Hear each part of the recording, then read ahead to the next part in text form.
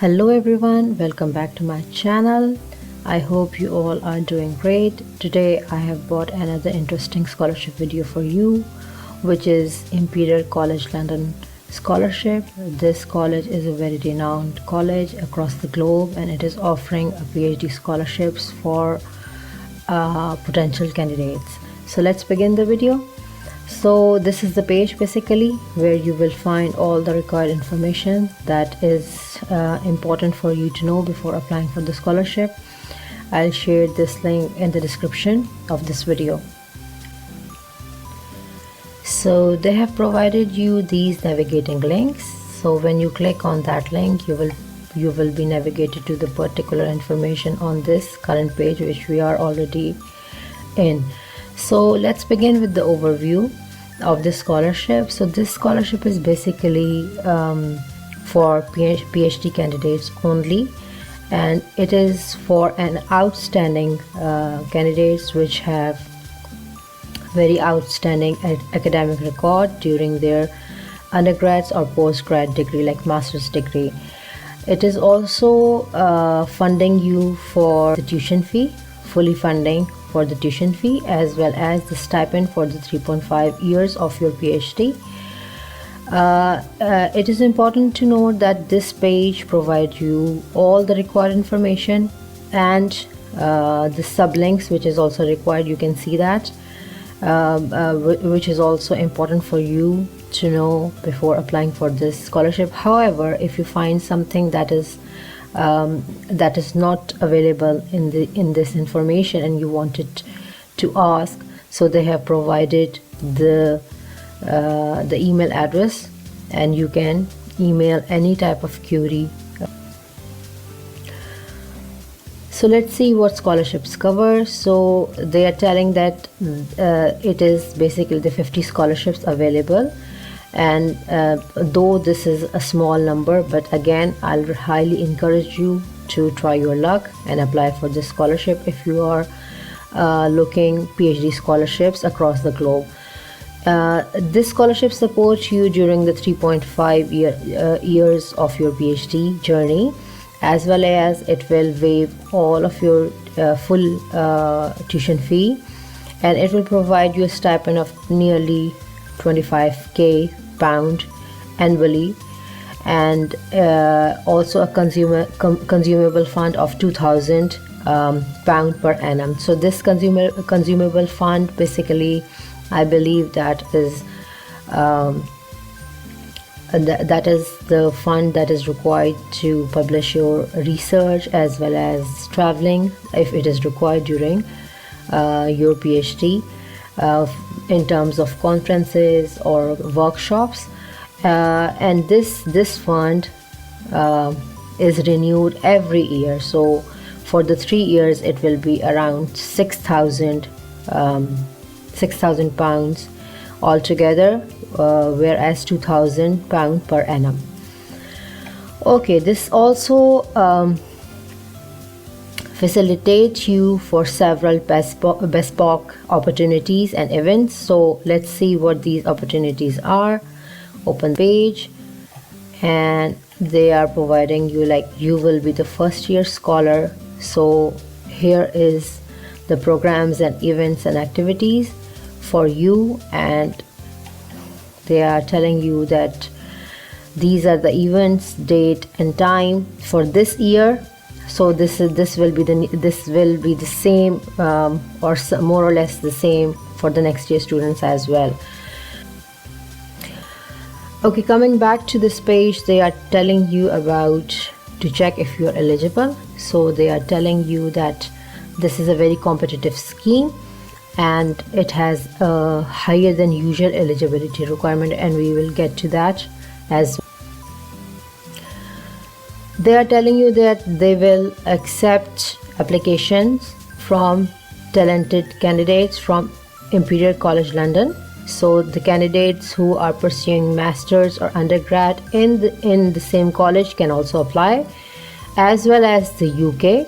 So the students other than Imperial College London who are studying in UK can also apply, as well as worldwide. So above they are telling you that these are the only 50 scholarships available, so that you should keep an eye on that. They did not provide any percentage of how many of the people from the Imperial College London will be considered, and how much of the person from the UK students, and how much from the worldwide. But they are telling you that all of these candidates are able to apply, so there is no restriction for the nationality, which is a very good part of the scholarship. And this scholarships applies for both full and part-time study. So this is another very great news for you, that if you are looking for full-time, or if you want to apply for a part-time study, this scholarship is for you. So in both scenarios you can apply for this scholarship. They are telling you that they encourage application from people from all backgrounds. So from all backgrounds, I believe, means not only they are telling you that from wherever part of the globe you belongs to, you can apply, as well as whatever your domain is, you can apply until that domain lies within the study program offered by Imperial College. So this is a good news. So whatever your background is, you can apply for this scholarship. Furthermore, they are discussing about the academic criteria. So they are telling you that candidate must be in receipt of or due to receive a first class or equivalent an undergrad or integrated master's degree. So if you have already graduated, or if you are in the process of graduation, you can apply, because the scholarship is for the next year. It will start in 2025. Secondly, candidate must be in receipt of or where it has yet to be received to be able to provide evidence of high performance that will lead to a distinction in a standalone master. So this is a very as they mentioned that they have high standard, high eligibility criteria for this scholarship. So this is very important to note, that you should have a distinction masters during your academic journey. But the good thing comes afterwards, that if you do not have an exceptional grades during your undergrad, but exceptional grades during your masters, so it is a good thing for you that you can also apply. So it will facilitate you that you can apply for this PhD scholarship. Okay, so they are telling you about the other criterias. They are telling that application are accepted from talented candidates. Again, it is a repetition from the Imperial College, the UK and worldwide. And the scheme is only open to new PhD applicants. So if you are currently registered as a PhD student in Imperial College, you are not eligible for this scholarship. However, as a new entrant, you can apply for this scholarship. They are providing you the scholarship terms and condition, which I suggest you to read out before applying for the scholarship. Now they are telling you how to apply. So application for the scholarship scheme will be considered at 3 points throughout the academic year. So the 3 points are below. Before you apply, you must have made contact with the supervisor. I already told you in my multiple videos that this is the one key requirement for every scholarship, that you should find a supervisor. When he agrees that he will supervise you throughout your academic, like PhD or master's degree, whatever the scholarship you are applying for, then you will proceed to apply for the particular scholarship. So this is also one of the eligibility requirement for the scholarship, that you should contact the supervisors. The second part of it is that the supervisors are limited to supervise one scholar at a time. So for this particular President Award of Imperial College London, only supervisor is allowed to supervise one candidate which get get the scholarship. So it is important to note that you cannot find a supervisor like which is supervising multiple PhD students under this award. No, if any particular supervisor have a PhD candidate under this award, he is not eligible to get another PhD candidate. So it is a very tricky for you to find a supervisor, and they have provided you the list of supervisors who are unavailable at the minute. So let's have a look for that. So they have provided you the list of unavailable supervisor based on the schools. So for the Faculty of Engineering, these are the departments and these are the supervisors who are unavailable at the minute. For the Faculty of Medicine, this is the list, and so on. So you have to look when finding a supervisor whether that supervisor is available or not. So it is a very tricky thing. Next thing is additional admission instructions. So for 2025 and 2026 year, the earliest start date for fund place is 1st of August 2025. So they are telling you that it will start for the next year. The earliest date is 1st August, and the latest start date is 1st of November. So they are telling you then when you are going to craft your application for this particular scholarship, when you prompt to the personal statement, you must include 2-page documents. So in every videos of mine regarding the scholarship, I have told you that you have to read the eligibility requirement very carefully, and whatever they have asked you, cover all of that basic steps whatever is asked. So they are telling for the first page there should be a personal statement which will cover your motivation for applying this scholarship and any other supporting information not included elsewhere on the form. So when you will go through the application process, there will be several questions that they will ask about your academic journey. So if there is anything that you wanted to mention but is not asked during the application, so they are allowing you to cover that in your personal statement on the first page of your personal statement. So you have to write down your motivations for applying this scholarship as well as anything that is not covered during the application process. They're telling you for the second page, you should write the research proposal, the statement if required, following application submission if your department shortlists you for the scholarship. So you should submit your research proposal when you are filling this particular application. So these two are the basic requirement for the scholarship. However, according to my observations and my experience, finding a supervisor as well as submitting your research proposal are the two key eligibility requirement for any type of PhD scholarship. Okay, coming to the third point, you should submit the names of 2 academic referees. These could be your personal tutor from your or any person related to your academic journey. So you can ask them to fill the reference form for you. However, they have also provided this guidance you should provide to your referee before submitting your referral letters. So this is the link, let's open it, and this is the link.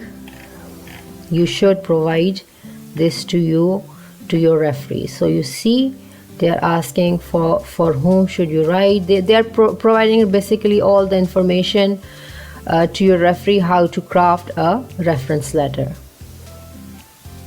Okay, now coming back, they are telling for the fourth point, to be considered for President PhD scholarship scheme, you must select this option in the funding section of the additional question tab within the online application form. So because every college offer multiple types of scholarships, so if you are applying for this particular scholarship, when you are crafting your application online, there will be an option in the funding section. They are telling you the option in the funding section of the additional question, and you should select President PhD scholarship scheme under that tab. Okay, so review and selection. Again, they have already told you that 50 scholarships are in place which are available. So they have two stages for the which we call the screening process.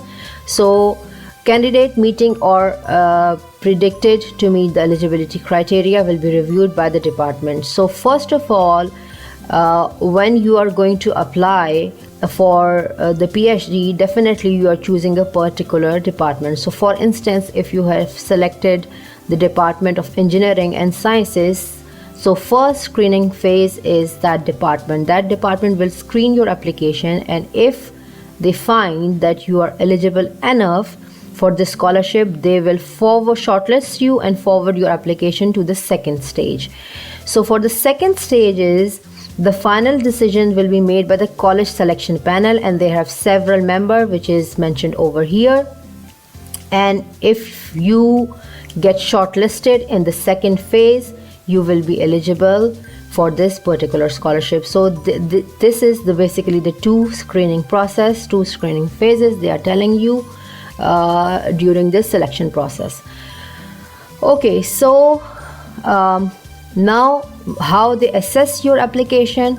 So they are telling you about academic excellence, which I have already mentioned, and I have tell you that multiple times during this video, that if you have an exceptional academic record during your undergrads and or masters, your application will be considered. So based on academic excellence, so they are telling you that if you have a past academic exceptional record, your transcript, your class position, awards and distinctions, they all will stand you out to be considered as an eligible candidate for this PhD scholarship. The second criteria is your research potential. So it will be demonstrated by your research experience, your interest in discovery, your research plan and its potential contribution as described in the research proposal, and department statement, which also reflect on performance and interview. So these are basically all the pointers. Again, I am telling you because I'm not covering the online application form in this video at the minute, but this will pop up when you are going to fill your application form. So keep all of these pointers somewhere noted down, so that you should cover these pointers whenever they pop up accordingly, so that you will be considered as a potential PhD candidate. Okay, lastly they are telling you about the timeline.